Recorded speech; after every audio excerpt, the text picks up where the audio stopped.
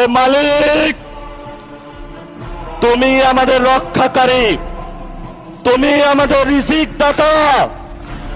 যারা এই বাংলাদেশের জনগণ 17 বছর অপেক্ষা করেছিল, আমাদের অধিকার ছিনিয়ে নিয়েছে, রক্তকাঠির মাধ্যমে ভাইদেরকে হত্যা করেছে।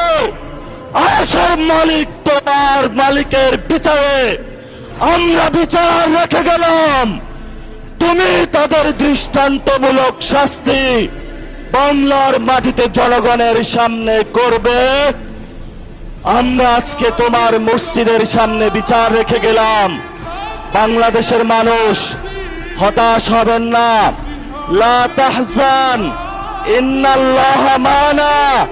আল্লাহ আমাদের সাথে আছেন, শক্তিমান, ভয় নাই।